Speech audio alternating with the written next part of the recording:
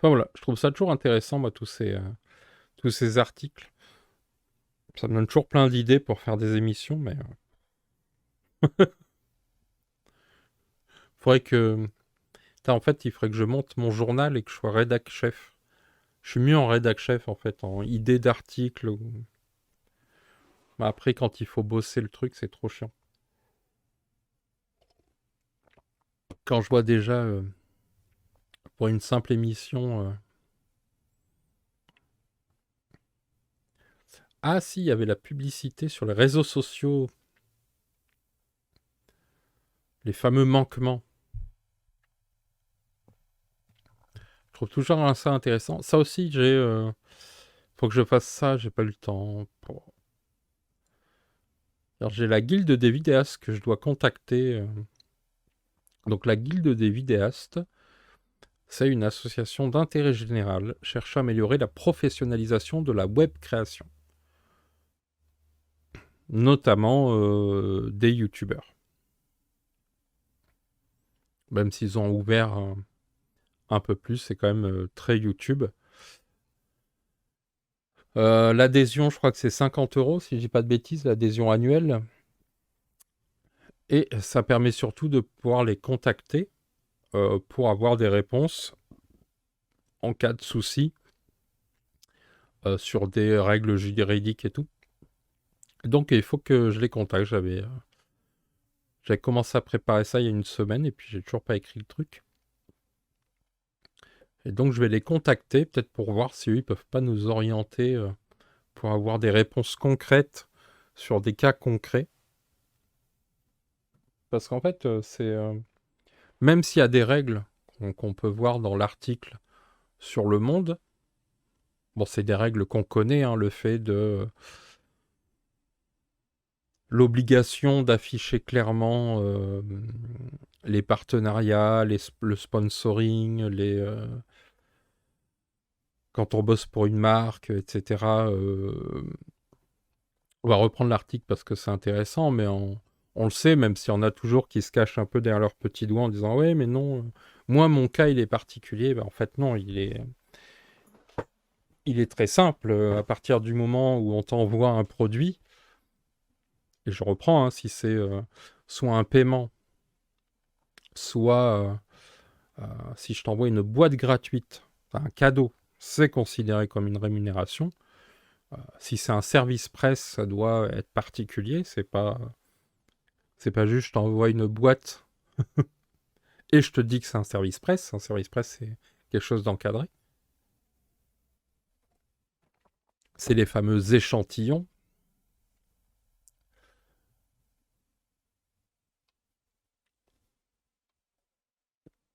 Donc, quelles sont les règles qui s'appliquent aujourd'hui aux influenceurs en matière de publicité?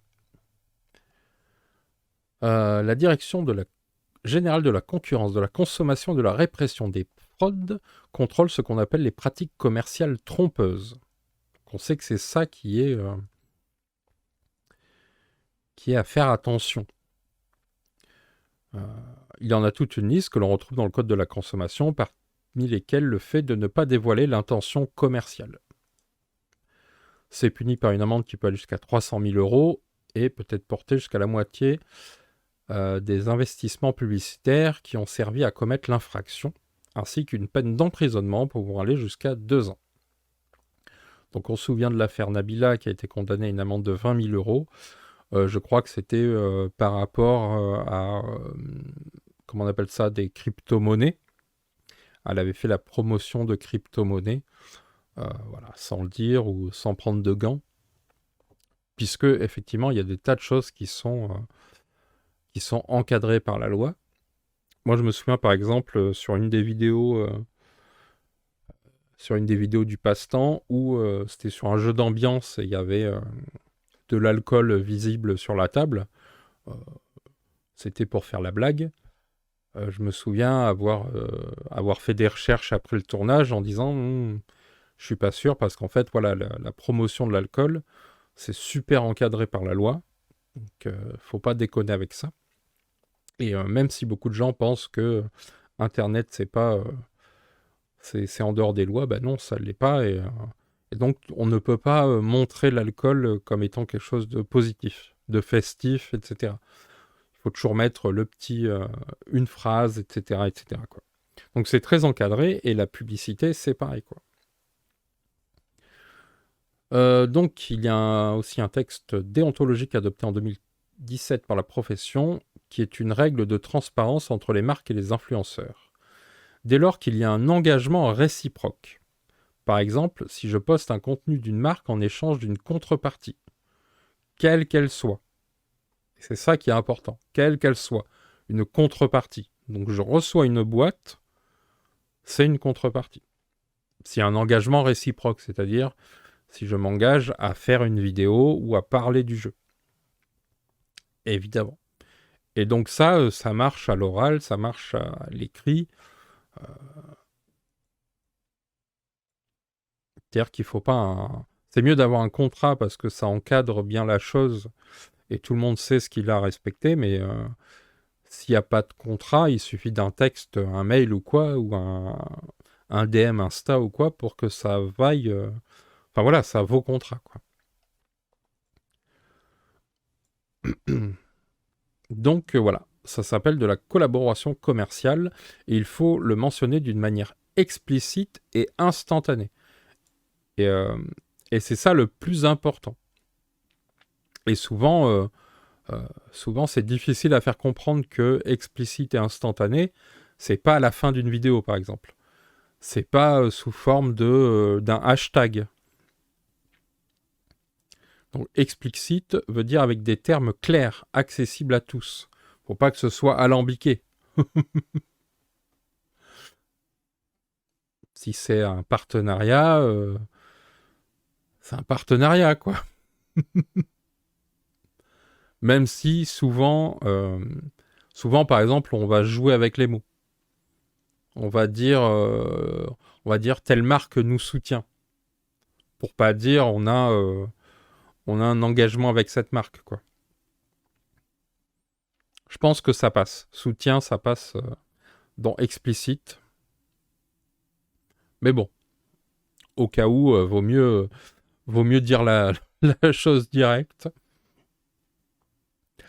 Donc on n'emploie pas des termes comme ad pour advertising, qui veut dire publicité en anglais. Ça ne parle pas du tout aux consommateurs. Donc c'est ce que je disais, on n'emploie pas certains hashtags, on n'utilise pas du jargon.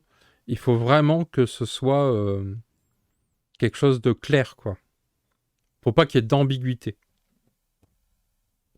Donc je vous inviterai à chaque fois que vous regarderez vos influenceurs préférés à vérifier. Et ça vaut, c'est pas que YouTube, c'est aussi les blogs, c'est aussi Instagram, c'est aussi TikTok, c'est aussi partout en fait.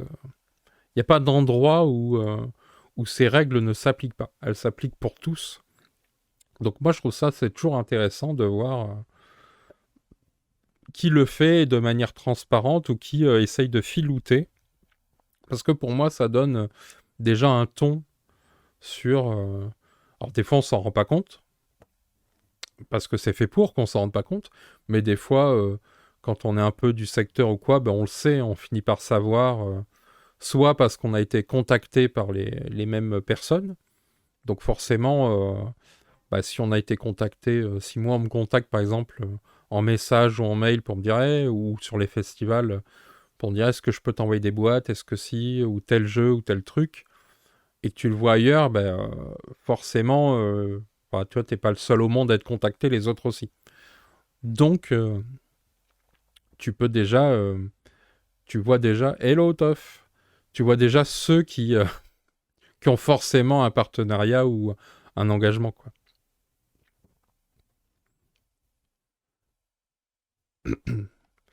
Donc ça, c'est le explicite, quoi.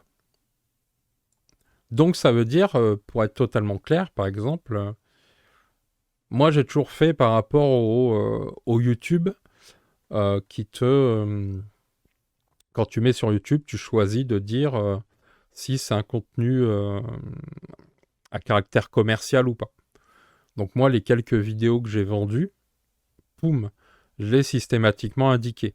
Maintenant, est-ce que c'est suffisamment clair le fait qu'on ait cette petite phrase, c'est YouTube, ça inscrit dès le début de la vidéo, contient, je sais plus, contient un discours commercial ou contient du contenu commercial ou un truc comme ça. Moi, je me suis toujours basé là-dessus en me disant, ben voilà, il y a d'un côté les règles de fonctionnement de YouTube qui t'obligent à le mentionner à YouTube, c'est important. Donc ça, c'est si tu veux pas te faire strike, c'est-à-dire si tu fais ton partenariat en loose day, que tu dis rien à YouTube, et qu'un jour leur robot ou que quelqu'un te dénonce, dans les deux cas, tu peux te faire strike ta chaîne. Donc ça, c'est le fonctionnement de YouTube. Et après, il y a le fonctionnement de la loi qui te dit qu'il faut que ce soit explicite. Moi, j'ai toujours considéré que ça faisait partie de ce côté explicite, c'est clairement affiché sur ta vidéo, mais ça n'est pas affiché dans le contenu de ta vidéo. C'est YouTube qui rajoute ce texte. Est-ce qu'il ne faudrait pas mieux que ce soit clairement soit affiché dès le début? Je sais qu'il y en a qui le font. Il y en a même qui le mettent dans le titre de la vidéo YouTube par exemple, ou le titre, ou sur leur photo Insta ou quoi. C'est marqué directement partenariat ou sponsor ou je sais plus qu'est-ce que j'avais lu aussi. Donc il y en a, ils le mettent aussi dans le titre, ce qui fait que comme ça, bah, tu le sais clairement avant de regarder la vidéo. Est-ce que le dire explicitement à l'oral, c'est suffisant aussi? Je ne sais pas. Quelle est la bonne formule? En tout cas, il faut que la personne qui regarde la vidéo, le contenu, donc le post Instagram, le TikTok, qui lise l'article sur un blog ou quoi, il faut que immédiatement il sache que c'est un contenu sponsor. Il n'y a pas de secret, et on l'a vu au-dessus, hein, un contenu sponsor, c'est, je ne sais plus où c'est d'ailleurs, c'est dès lors qu'il y a un engagement réciproque, et on l'a vu, quel que soit je ne sais plus quelle est la formule, échange d'une contrepartie, quelle qu'elle soit. Donc on l'a dit, hein, de l'argent ou un objet. Donc recevoir une boîte, c'est dans lequel qu'elle soit. Et instantané, ça veut dire qu'on doit se rendre compte tout de suite, voilà, c'est ce que je disais, qu'il y a un partenariat. Il ne faut pas qu'on attende la fin d'une vidéo ou que ce soit noyé au milieu des hashtags. Ah oui, si tu as hashtag jeu de société, hashtag jeu d'ambiance, hashtag machin, puis tout à coup hashtag partenariat, hashtag gigamic, hashtag ce que tu veux. Non, il faut que ce soit... pareil, il ne faut pas qu'on ait besoin de cliquer sur la description de la vidéo, par exemple sur YouTube. Voilà, et qu'on aille lire dans le descriptif. En gros, comme il dit, c'est instantané. Il ne faut pas que tu aies à chercher l'info de savoir que c'est un partenariat, etc. quoi. Donc là, on a les deux règles à respecter, explicite et instantanée. Ça, c'est la règle générale, quoi. Maintenant, le plus complexe, je trouve, c'est que forcément, il y a toujours... On se retrouve toujours dans des cas particuliers. Et c'est pour ça que je vais contacter la guilde des vidéastes pour voir s'ils peuvent pas orienter, pas juste parce que là, ça m'intéresse moins perso, hein. Mais savoir, voilà, qui est de... lister tout un tas de cas. Donc soit eux, ils peuvent me répondre, soit ils peuvent m'envoyer les contacts d'un juriste qui pourrait me répondre. Mais avoir toute une liste de cas très précis, de dire, voilà, donc c'est les cas qu'on retrouve dans le secteur ludique, et de dire, voilà, dans tel cas, qu'est-ce qu'il faut dire, pas dire, qu'est-ce qui rentre dans le cas de la publicité, et donc qui tombe dans le cas des pratiques commerciales trompeuses, etc. Si je suis un particulier, est-ce que c'est différent de si je suis une boutique, si je suis une entreprise comme TrickTrack par exemple, ou Ludovox. Tu vois, TrickTrack, ils ont un statut particulier, ils appartiennent à un éditeur. Donc quid de quand il parle d'un jeu qui appartient à Asmodée, par exemple, et, quand bien même la rédaction les choisit eux-mêmes, c'est-à-dire que dans leur Trick Track Show, par exemple, ils ont des passages où ils parlent des jeux coup de cœur, des jeux qui leur font envie. Donc c'est pas un partenariat, c'est-à-dire que c'est pas Asmodée, l'éditeur, qui est venu leur demander de parler d'un jeu que eux éditent et ou distribuent. Mais quand bien même, du fait qu'ils appartiennent à la structure Asmodée, est-ce que ça rentre pas, est-ce que ça devrait pas être voilà, indiqué et de quelle manière? Donc c'est pareil, si je suis une boutique, là quasiment une bonne moitié des chaînes YouTube là, qui sont montées ces derniers mois, c'est des chaînes de boutiques. Et donc quand enfin, tu vois, t'as beau parler avec passion des jeux, à quel moment ça devient de la pub déguisée? Ou en tout cas de la pub pour ta boutique, pour toi. Et donc dans ce cas-là, pareil. Est-ce que tu dois le déclarer clairement ou pas? Oh, peut-être pas, quoi. Ça, je sais pas. Je sais pas exactement qu'est-ce qui rentre. Donc tout ça, voilà, je me dis, ça peut être intéressant d'avoir plein de cas particuliers. Pop, pop, pop. Parce que le cas général, on l'a là et on le connaît, enfin tout le monde le sait. Alors il y a ceux qui font semblant de ne pas le savoir ou qui cachent toujours. Ça m'a toujours surpris, mais je comprends l'idée derrière de ne pas assumer, d'avoir peur que ta communauté euh, se barre parce que tout à coup elle se sent... elle pense que tu n'es pas libre dans ce que tu dis ou quoi, mais ça n'a pas de sens puisque les gens ils te suivent déjà. Donc, toi, c'est qu'ils apprécient déjà ton boulot. Donc, c'est une fausse croyance de penser que parce que tout à coup tu annonces que c'est rémunéré d'une manière ou d'une autre. Hein. Quand je dis c'est rémunéré, c'est les boîtes, quoi. Si tu as reçu les boîtes en contrepartie, bon voilà, ça tombe sous le coup de la loi. Donc, mais certains sont filoutes, quoi. Ils le disent à demi-mot, ils le cachent, euh, etc. Moi, je dis toujours, quand je m'en rends compte, et là je parle pas que de jeux de société, mais peu importe l'endroit, quand je lis un article et parce que j'aime bien un peu faire des recherches, etc. Voilà, quand je me rends compte que, tiens, j'aime bien voir moi qui a écrit l'article, puis tout à coup tu te rends compte que c'est marqué la rédaction. Toi, c'est pas un... Il n'y a pas le nom de la journaliste ou du journaliste. Ou alors que c'est marqué carrément euh, l'éditeur du produit est lui-même l'auteur de l'article. Quand c'est du publi-reportage ou des choses comme ça. Donc moi ça j'aime, et il y en a enfin, qui sont épinglés régulièrement pour des pratiques comme ça, et là je parle même de grands groupes de presse, hein, comme Le Figaro, Le Monde, ce que vous voulez, où des fois bon ils font des pratiques un peu trompeuses comme ça, quoi. Donc moi en général, quand je tombe sur des trucs comme ça, c'est ce qui s'était passé sur... j'avais déjà parlé hein, de 20 jeux à l'époque, ce qui m'avait fait quitter le site alors que c'était mon site de référence, et du jour au lendemain, j'ai stoppé à cause d'un truc comme ça sur un KS, tout ça, ou bon, bref, c'est le passé, mais pour moi, ça compte, quoi. Euh, je suis, j'ai pas de problème avec le fait d'annoncer clairement la couleur, de regarder, de me dire, moi, ça m'arrive de regarder des reviews de films et que le gars, il annonce clairement que c'est un placement de produit, quoi, que c'est le, le, comment on appelle ça, le distributeur ou quoi, qui... Hello Alain, salut. Le distributeur qui assume, enfin voilà, qui finance la vidéo, bah, moi je regarde, je sais que c'est financé, donc je vais avoir un esprit critique qui va me permettre voilà, je préfère ça et regarder le contenu, qu'à l'inverse, regarder un contenu sans me mettre l'esprit critique parce que je pense que la personne, elle fait juste son taf ou quoi, et de me rendre compte après, par contre, qu'il a menti ou dissimulé ou caché un peu dans le truc, bah là, ça éveille autre chose, quoi. Ça me met à, ok, là, c'est pas une personne de confiance. Et du coup, je pense que c'est contre-productif pour les personnes, quoi.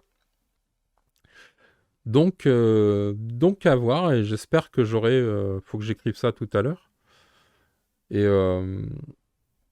et donc j'espère qu'on aura des réponses, ou en tout cas qu'on aura les moyens de trouver les réponses pour pouvoir vraiment poser toutes ces questions de règles de fonctionnement qui sont...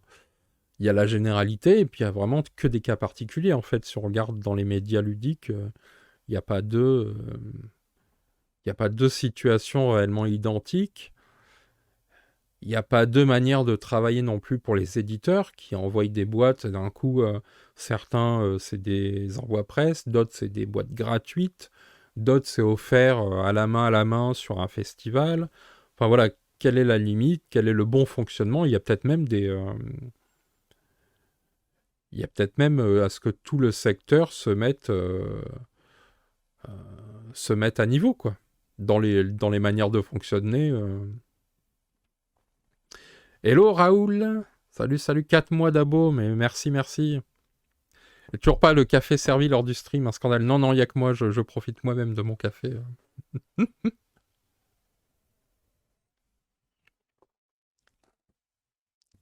Les médias sont trop différents, mais ça, on le sait que les médias sont trop différents.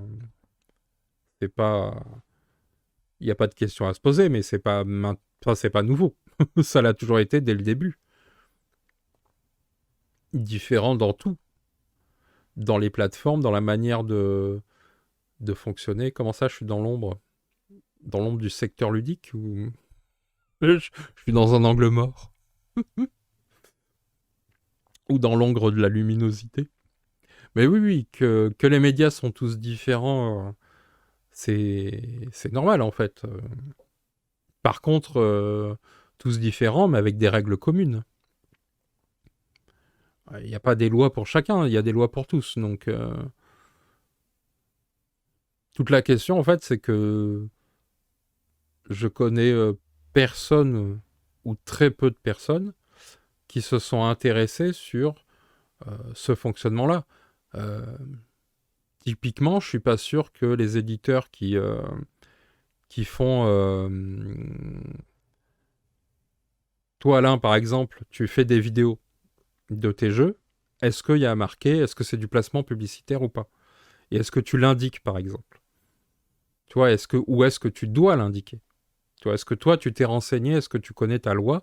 Est-ce que tu sais que non, toi, dans ton cas, par exemple, le fonctionnement légal, c'est ça, et très bien. Ou est-ce que tu fais comme tout le monde? Bon, bah ça doit être ça. Tu vois, c'est plus ça. J'ai l'impression qu'il n'y a personne dans le secteur qui s'est vraiment questionné sur le sujet. Alors, je dis pas que je suis le seul, hein, je suis pas le seul, heureusement, mais on n'est pas nombreux à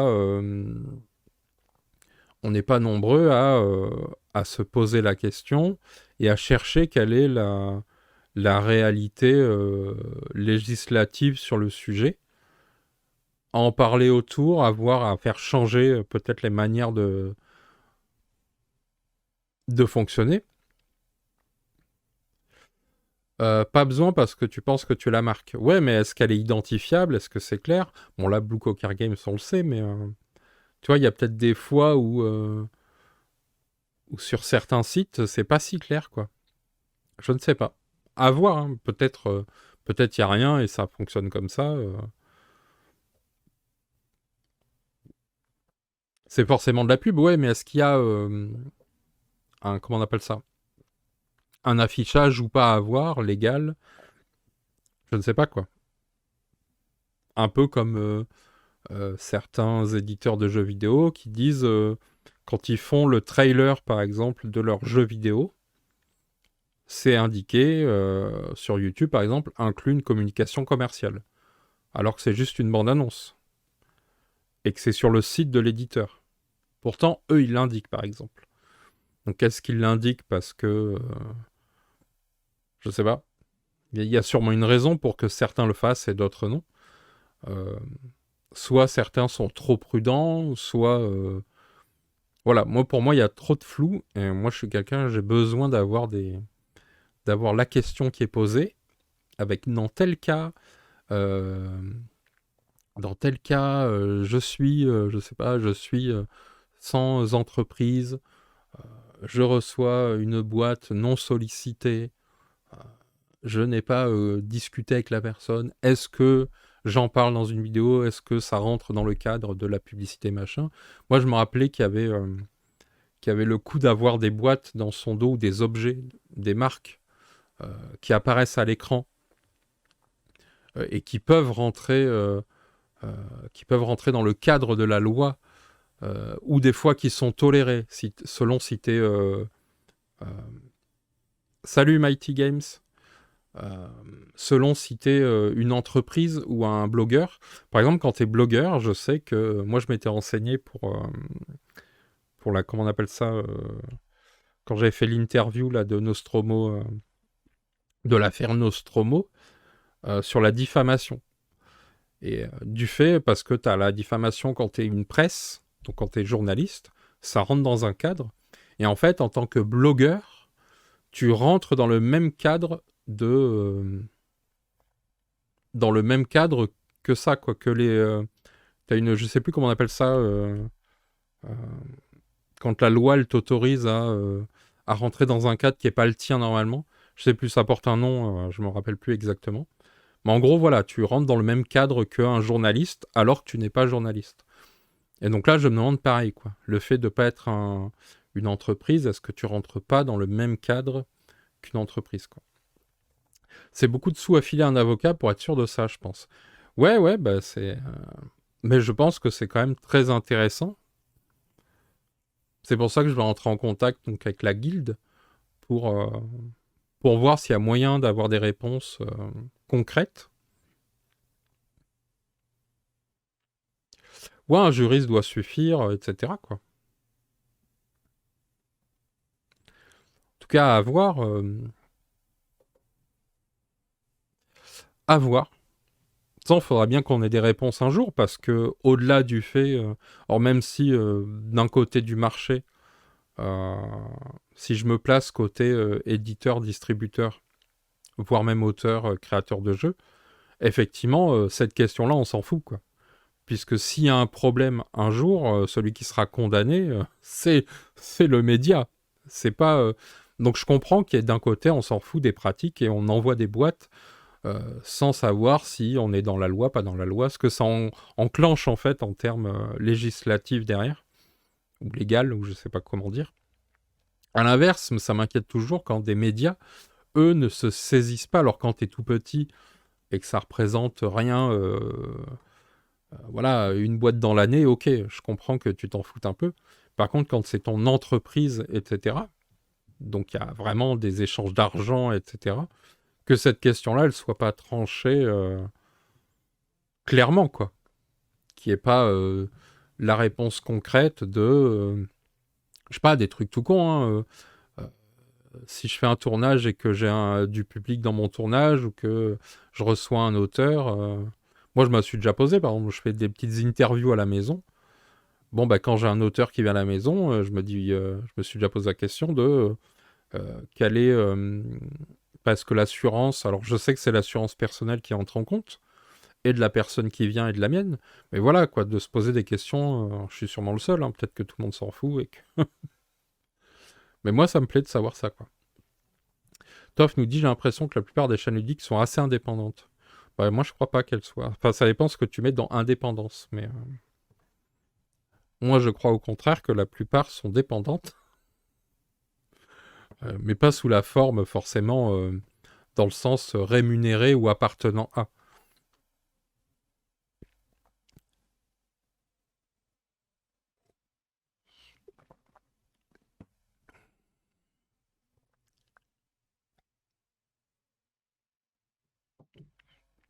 Je me suis posé une question. Peut-être qu'on sort du cadre du sujet, mais quand on utilise les images des jeux pour les mettre en avant, même dans un cadre non commercial, est-ce qu'on a le droit réellement?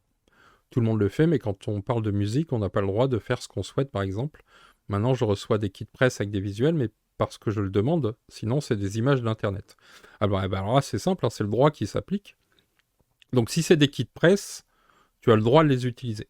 C'est fait pour, c'est diffusé. Moi, j'ai déjà expliqué comment je fonctionnais à l'époque où j'allais chercher des images sur Board Game Geek. Sur Board Game Geek, il y a plein de visuels. Il faut faire un tri parce que toutes les images de Board Game Geek ne sont pas utilisables librement. Seules certaines, quoi. Ce qui me faisait râler parce que des fois, même les éditeurs mettaient leur cover, la cover de leur jeu, et elle était en protégé. C'est-à-dire qu'on n'avait pas le droit normalement d'utiliser l'image. Donc en théorie, si tu fais des photos du jeu pour illustrer ton propos, normalement, normalement tu peux, du moment que c'est que pour comment on appelle ça, pour illustrer ton propos. Par contre, si c'est toi qui fais une photo et que tu la postes sur Internet, et que moi je récupère ta photo, j'ai pas le droit. Pareil pour les images, les visuels des jeux. Alors, dans la pratique, c'est assez toléré. euh, et donc, ça ça se laisse faire. Mais en théorie, je sais qu'avec Alain, on avait déjà... il me semble qu'on avait parlé à l'époque, où moi, quand je vendais mes vidéos, quand je faisais les vidéos règles en 3D, il y avait le souci de ça, quoi. Est-ce que j'avais le droit d'utiliser les images, c'est-à-dire est-ce que l'éditeur avait négocié dans les droits d'exploitation euh, avec comment ça s'appelle, avec son illustrateur ou illustratrice, le droit d'utiliser le, etc. quoi.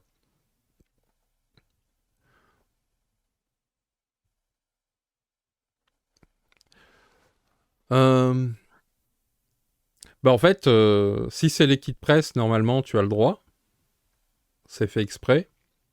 Si toi-même t'as pris la photo pour illustrer ton propos, t'as le droit.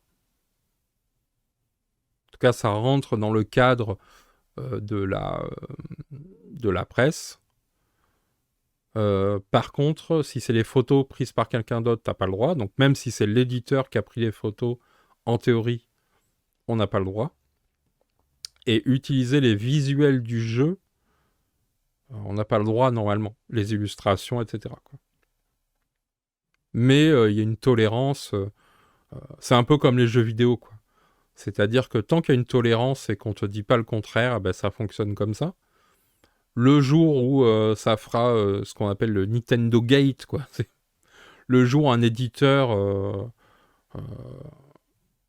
a envie de faire chier ou tout à coup se dit bah non, moi j'ai envie qu'on respecte les droits d'auteur, etc. Et donc du coup, comment on appelle ça il signale toutes les vidéos YouTube, tous les posts Insta, machin, ben je suis pas sûr que qu'on tombe pas, qu'on soit pas dans la merde, quoi. Comme Nintendo l'a fait à une période où il a interdit de diffuser des images de leurs jeux. En fait, c'était que les YouTubers qui avaient le, comment on appelle ça, l'agreement. Donc que ceux qui avaient l'autorisation, en fait, négocier les droits d'exploitation ou quoi. Et tous les autres, ils se faisaient bim, bim, bim. Il y a une salve comme ça de signalement où beaucoup de streamers et de YouTubers ont gueulé. C'était il y a 2 ans ou 3 ans, je sais plus. Il y a une grosse période. Donc voilà. Donc voilà, ce que je dis, ouais, les éditeurs ont l'air plutôt contents du résultat jusqu'à présent. Voilà, c'est ça. En gros, c'est toléré. Je suis pas sûr que, par contre, on soit vraiment dans les clous du droit, mais de la même manière que je pense aux films, par exemple, aux critiques de films, qui peuvent pas utiliser autre chose que les images presse, ou parfois ils se permettent de faire des arrêts sur image des bandes annonces. Et on le voit, ceux qui font des critiques de films un peu plus poussées avec des images des films, souvent ils ont l'accord du distributeur ou euh, ils ont des accords quoi pour utiliser parce qu'en fait ça se monnaie en théorie.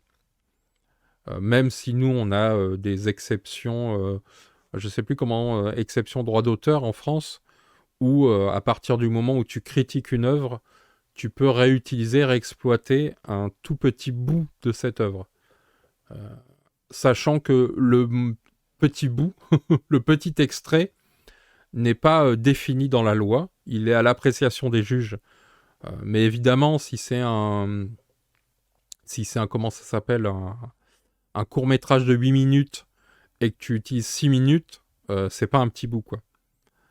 Donc si c'est un court métrage de 8 minutes, je pense qu'on est dans l'ordre de la 30 secondes d'utilisation. Mais voilà, donc on a le droit pour la critique, à partir du moment où on apporte quelque chose en plus de l'œuvre, de pouvoir l'exploiter, même si YouTube est contre.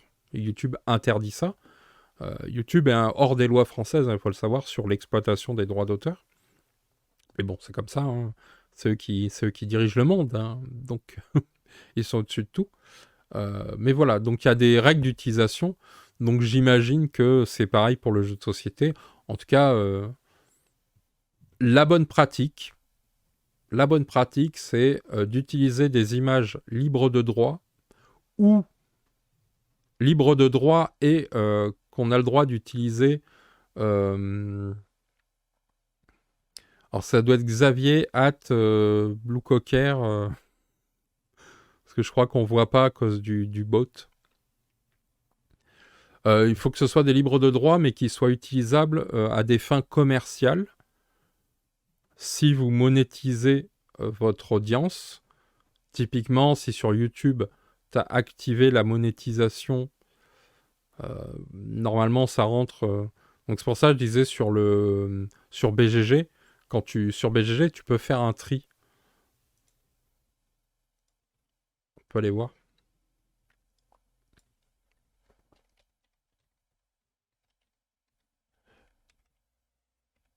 Hop. On va aller sur un jeu. Euh, hum, hum, hum.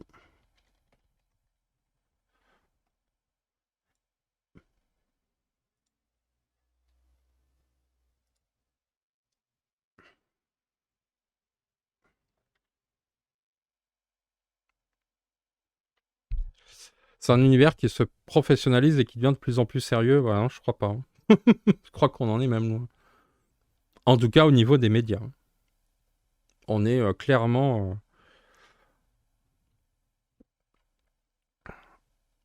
par rapport à d'autres secteurs, on en est loin quand même.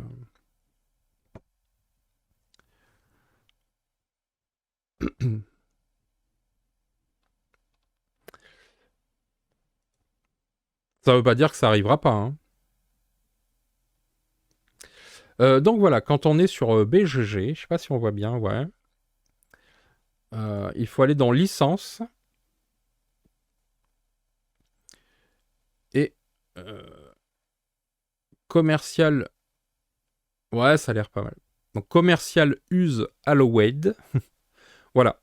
Et là, en théorie, toutes les photos qui sont là, on peut les utiliser pour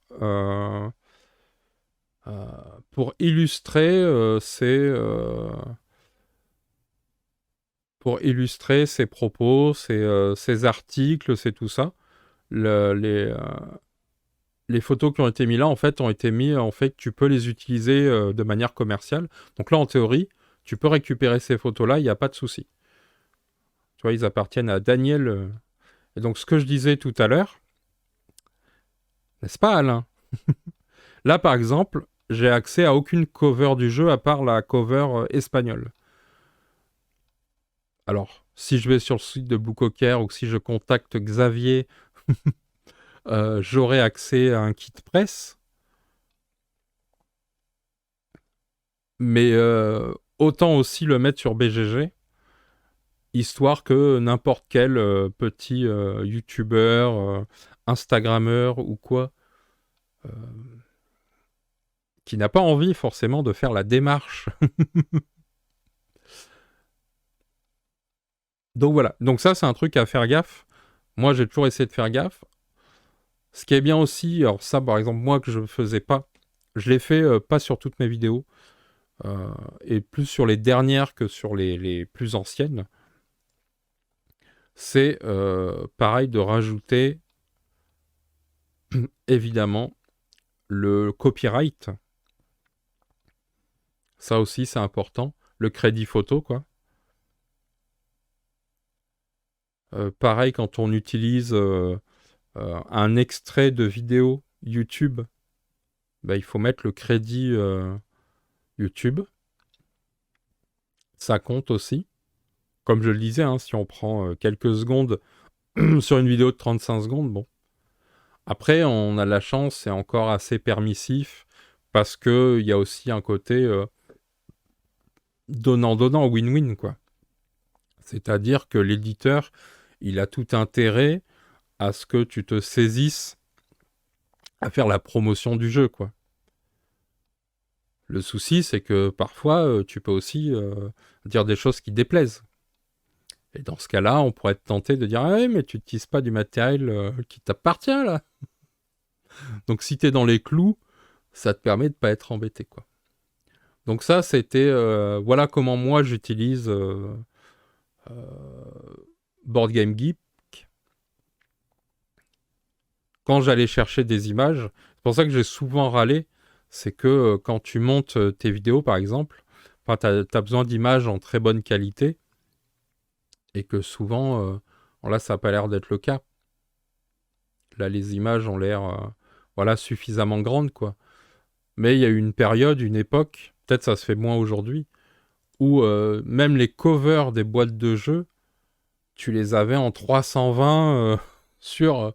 et tu fais, mais ça, enfin, toi, quand tu fais du 1080, déjà à l'époque, tu vois, tout le monde faisait de la HD, quoi, en vidéo.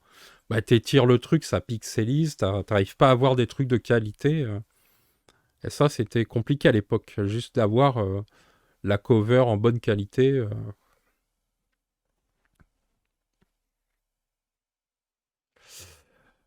Non, je crois pas que les gros méchants Asmodée, ils feraient chier avec ça. Je pense que t'es plus souvent emmerdé par les plus petits, en fait. Les gros, ils s'en foutent un peu, sauf cas particulier. Voilà, mais non, non, moi j'ai plus souvent été emmerdé, enfin, eu des litiges ou des soucis avec des plus petits qu'avec les plus gros, quoi. Même si un jour, ça pourrait être la ligne, c'est pas le cas actuellement, mais le souci c'est toujours ça, c'est tant que c'est hors la loi et que c'est toléré, ben, jusqu'au jour où c'est plus toléré, quoi. Donc le mieux c'est d'essayer d'avoir des pratiques. Alors, je dis pas être toujours 100% dans les clous, parce que franchement, c'est pas possible, quoi, de toujours être dans les clous. Euh, Sinon, il y a la moitié de tes sujets qui sautent, il y a la moitié de tes trucs que tu illustres pas parce que t'as pas toujours fait les photos pendant ta partie, t'as pas toujours fait... Tu vois, par exemple, je sais que Ludovox, ils prennent beaucoup de photos, ils en prennent pendant la partie, voilà, mais des fois, toi, tu n'y as pas pensé, t'as rangé ta boîte et tu veux parler du jeu après, et t'as envie quand même d'illustrer visuellement, ou t'as plus accès au jeu parce que tu as joué chez quelqu'un ou quoi. Et donc tu vas aller chercher des images sur le net. Donc c'est là où il faut être le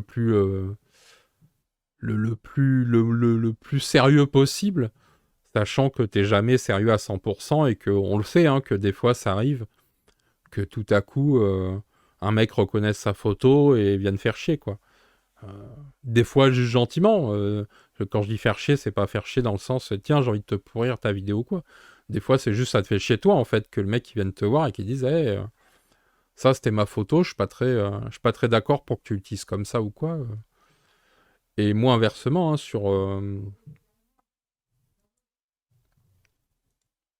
je sais plus si je les ai encore. Sur l'Udema, voilà, j'ai qu'une seule vidéo qui a été supprimée, donc qui a été supprimée à ma demande. C'est la seule. Après, j'ai plein de vidéos, bim, que j'ai accepté qu'elles soient utilisées. Soit c'est parce que c'est moi qui les ai réuploadées, soit c'est parce que c'est des vidéos que j'avais vendues à l'époque. Et donc j'avais vendu notamment le droit à être réutilisé. Et il y en a qu'une qui a été utilisée sans la demande d'autorisation, et ça a été réglé direct, parce qu'en fait c'était une boutique qui avait fait ça, mais sans se rendre compte que elle était hors des clous. Pour elle, elle s'était dit bon bah c'est cool, je fais du contenu mes clients, pour mes abonnés, c'est du contenu informatif, c'était des règles en vidéo ou quoi. Et sans se rendre compte qu'en fait, bah non, cette vidéo, elle t'appartient pas. Donc, eux, ils l'avaient réuploadé, hein, carrément. Ils n'avaient pas mis un lien vers la vidéo originale, ils l'avaient réuploadé. Bon, ben voilà. C'est la seule fois où j'ai fait valoir... euh, où j'ai fait valoir la chose, et uniquement parce qu'on m'avait pas contacté. Tu vois, si on m'avait contacté, potentiellement, j'aurais peut-être dit oui ou quoi. Bon, là, j'aurais peut-être pas dit oui pour celle-là, mais... parce que ça m'est déjà arrivé qu'on me demande d'utiliser des morceaux, des extraits de ma vidéo ou quoi, notamment sur... je me rappelle pour... à l'époque où c'était Assassin's Creed Valhalla, j'avais fait une petite compile. euh, J'avais fait enregistré des petits passages de gros bugs qu'il y avait dans le jeu. Et je sais qu'il y a un YouTuber américain qui m'avait contacté pour réutiliser dans une des compiles de bugs du jeu qui faisait. Il m'avait dit, voilà, est-ce que je peux réutiliser ta vidéo pour ma compile? J'avais dit oui, et puis voilà, quoi. Donc en général, quand c'est demandé, ça se fait toujours, etc., quoi. Mais ça peut arriver. Donc le mieux, c'est de toujours être dans les clous pour pas être emmerdé le plus possible, hein.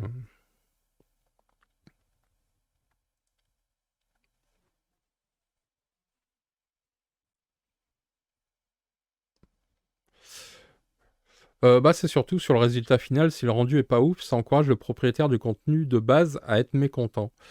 Je suis pas sûr qu'il y ait vraiment... Ça peut entrer en compte, mais je pense plus qu'il y a un côté j'ai pas été prévenu. Je pense plus qu'il y a un côté comme ça où tu te sens dépouillé de quelque chose, alors que si on vient te demander clairement l'autorisation ou qu'on vient t'expliquer le projet, t'as plus tendance à dire ok que... c'est plutôt ça, je pense, qui est plus embêtant que le résultat final. Parce que moi, on m'a jamais demandé, par exemple, de retirer une vidéo, quoi. Ah si, j'ai une connerie. Une fois, on m'a demandé. C'était Nostromo. Il m'avait demandé. Et heureusement, je m'étais... là, pour le coup, je m'étais un peu blindé niveau règles d'utilisation sur la législation pour dire, bah non, j'avais fait l'interview bien comme il faut, je savais exactement ce que je faisais dans ce que j'avais le droit ou pas le droit. Même si ça veut pas dire que... Parce que ça aussi, c'est un truc, hein. C'est pas parce qu'on est dans les clous qu'on n'est pas attaquable, hein. Tout le monde est attaquable en justice. Et après, c'est à toi de prouver que, bah non, c'est bon, t'es bien dans les clous et tout, quoi. Il y a ça aussi qui joue. C'est pas parce que des fois, t'as fait tout ce qu'il fallait que tu peux pas te retrouver dans une situation compromettante. Mais dans l'ensemble, même quand j'ai eu des auteurs ou des éditeurs pas contents, pas contents, pas contents, et qui l'ont fait savoir, soit de manière explicite avec des commentaires qui doivent être toujours sous les vidéos, soit de manière plus intime par message privé ou par mail, enfin voilà, soit directement de visu. Même si j'ai eu à chaque fois, voilà, ça a été parfois des gens qui l'ont vraiment très mal pris ou quoi, on m'a jamais demandé de retirer quoi que ce soit. À part Nostromogate. Ça a été la seule fois où...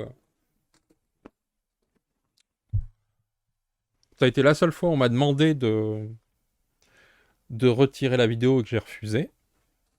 Parce que justement, j'étais dans mon droit, donc je me sentais suffisamment fort pour assumer les conséquences.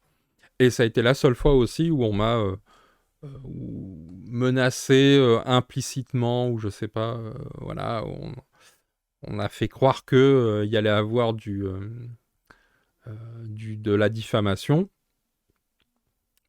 aussi bien du côté des personnes qui étaient interviewées que du côté de Asmodée, du service juridique d'Asmodée. Donc voilà, qui étaient des coups de pression. Comme j'ai déjà dit, hein, pour moi, tous les protagonistes de cette histoire, c'était tous un peu Pipo et Ramolo, hein. Tous ces gens-là, ils gonflaient tous le torse en disant ouais, avocat, machin. Au final, il n'y a jamais rien eu et voilà. C'était tous... on était plus dans la communication dans le sens, je dis que j'ai fait des photos, des screenshots avec un huissier, je dis que je suis avec un avocat et que je vais attaquer en justice, etc. Tout le monde était plus dans la communication, c'était comment on appelle ça, comme en guerre, tu vois, quand il y a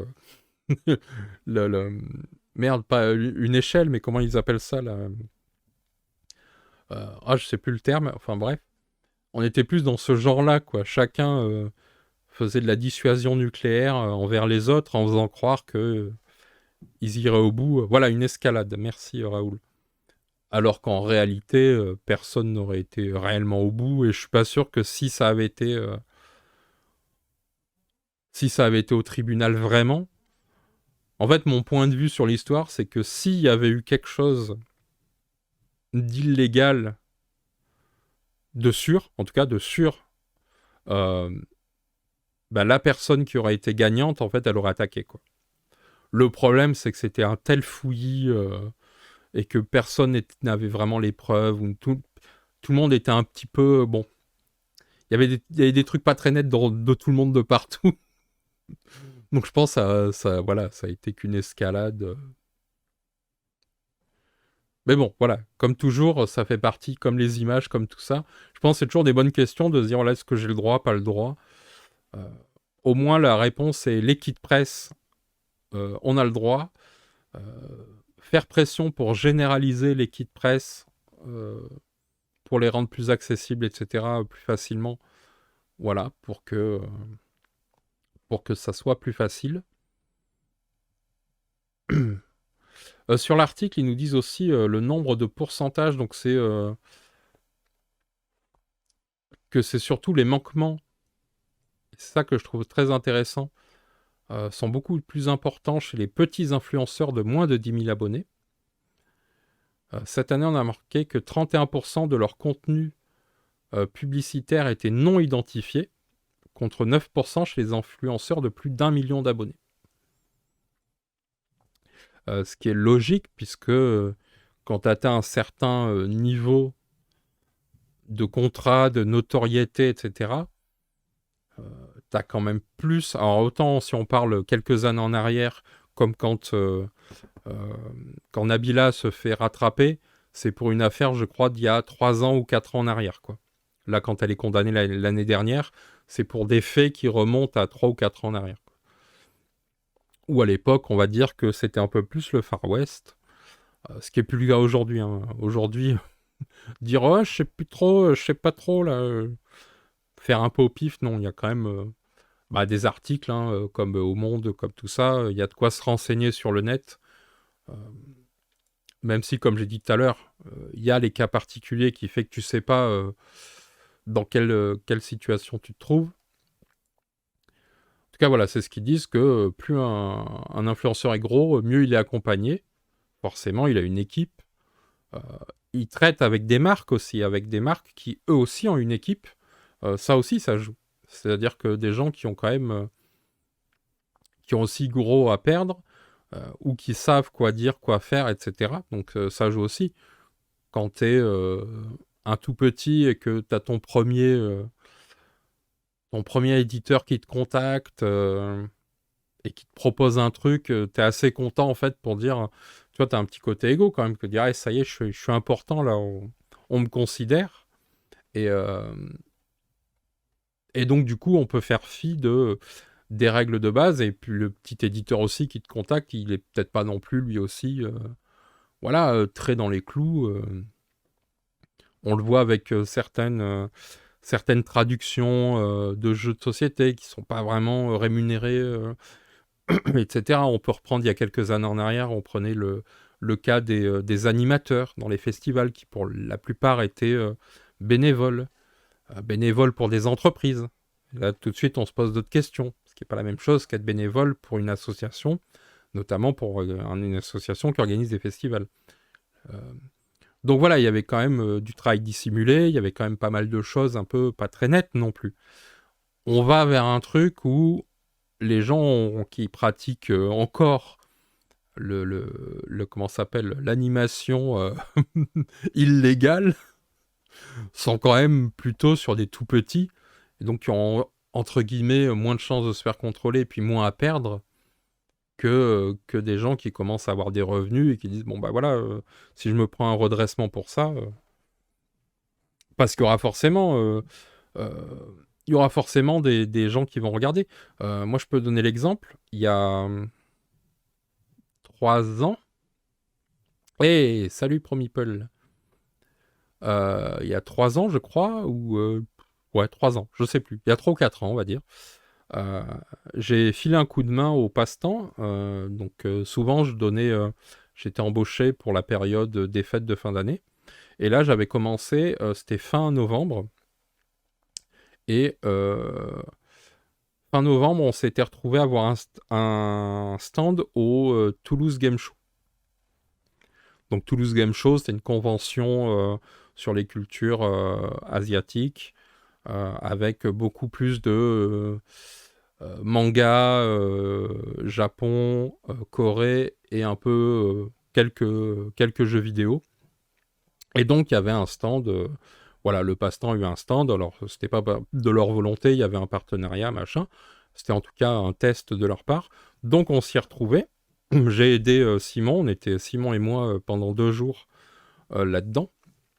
Ce qu'on peut dire, c'est que c'était pas forcément. Enfin, tu vois, on faisait un peu tâche avec les jeux de société parmi des gens qui étaient pas là pour ça et qui pouvaient pas se balader avec des sacs de jeux de société. Mais bon, bref. C'est pour dire, par contre, il y a une personne de l'URSSAF qui est passée. Euh, à ce moment-là, c'est à moi qu'elle a parlé parce que j'étais sur le stand à ce moment-là. Voilà, qui m'a demandé si on était une entreprise, ce qu'on faisait là, etc. Donc, il y a, en tout cas sur le Toulouse Game Show, qui est sûrement un événement beaucoup plus énorme qu'un festival de jeux, malgré tout, il y avait quelqu'un qui était venu vérifier que j'étais bien salarié, enfin, qu'il y avait des choses dans la légalité, quoi. Donc je ne serais pas étonné que ça arrive aussi dans les festivals de jeux de société à un moment ou à un autre, quoi. Qu'il y ait de la vérification comme ça, parce que c'est tout à fait normal, en fait. Comme il y a des fois des vérifications dans les boutiques en ville. Je sais qu'il y a des périodes de l'année à Toulouse où boum, ils vont se faire toutes les boutiques les unes derrière les autres dans une rue pour vérifier qu'il n'y a pas du travail. Donc bref, tout ça veut dire que il y a quand même pas mal de manquements puisque 31% des petits youtubeurs, des petits comptes Instagram, puisqu'on est dans le marketing d'influence, hein, c'est d'ailleurs euh, c'est d'ailleurs comme ça que j'avais nommé la plaquette commerciale du passe-temps. Marketing d'influence, hein. Puisque c'est clairement là, hein. Je sais qu'il y en a beaucoup qui se pincent le nez dès qu'ils entendent influenceur ou quoi, parce qu'ils ont encore le terme d'il y a quelques années. Beaucoup de gens, en fait, ont du mal à évoluer avec leur temps parce qu'ils ne se renseignent pas, mais le marketing d'influence, c'est le terme comme ça maintenant, c'est comme ça que ça fonctionne. Et ça englobe, évidemment, pour moi, c'est ce que j'appelle le marché d'audience, mais pour beaucoup, influenceurs, ils sont restés coincés sur l'idée que c'est du dropshipping ou des choses comme ça. Effectivement, ça englobe ça, mais ce n'est pas que ça, quoi. Ce que fait un Squeezie, c'est pas du dropshipping, et pourtant c'est du marketing d'influence. Ce que font des tas de... bah tiens, j'ai vu il y a sur France Culture, sur la chaîne YouTube de France Culture, il y a une petite vidéo de 4-5 minutes là, qui est sortie aujourd'hui ou hier, qui parle de... Ah, j'ai oublié son nom. Je vais retrouver ça.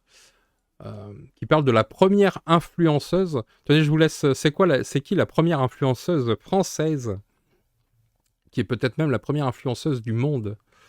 Si vous avez ça, pendant que je recherche la petite vidéo à vous montrer, pour vous donner l'info.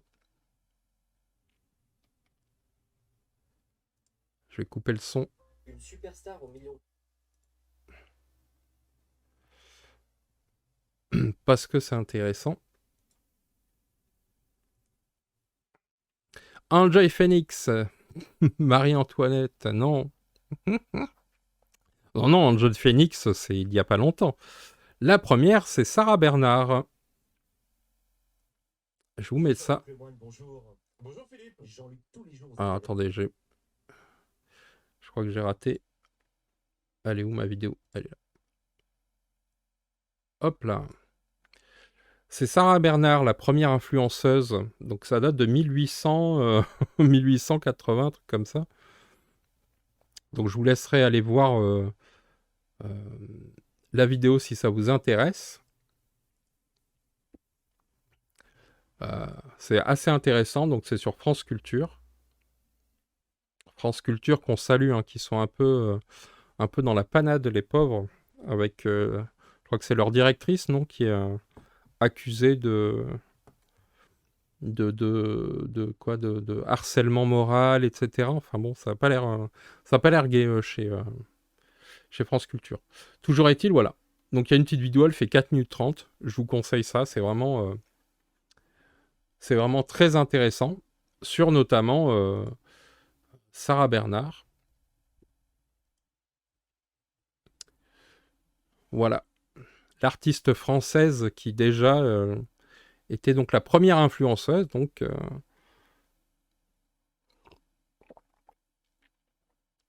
pas sûr qu'à l'époque ils mettaient les mentions obligatoires.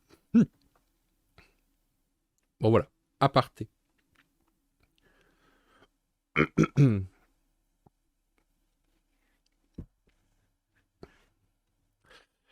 En tout cas, voilà.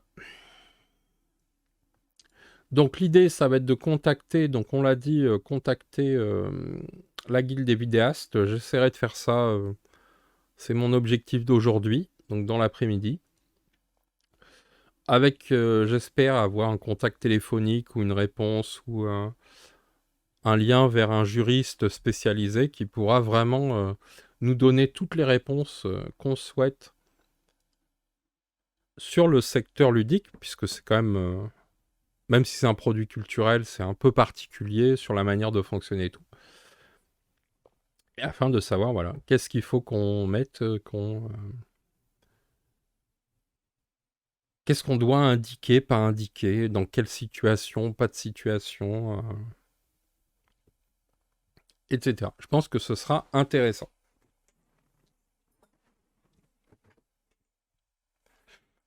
Ou pas.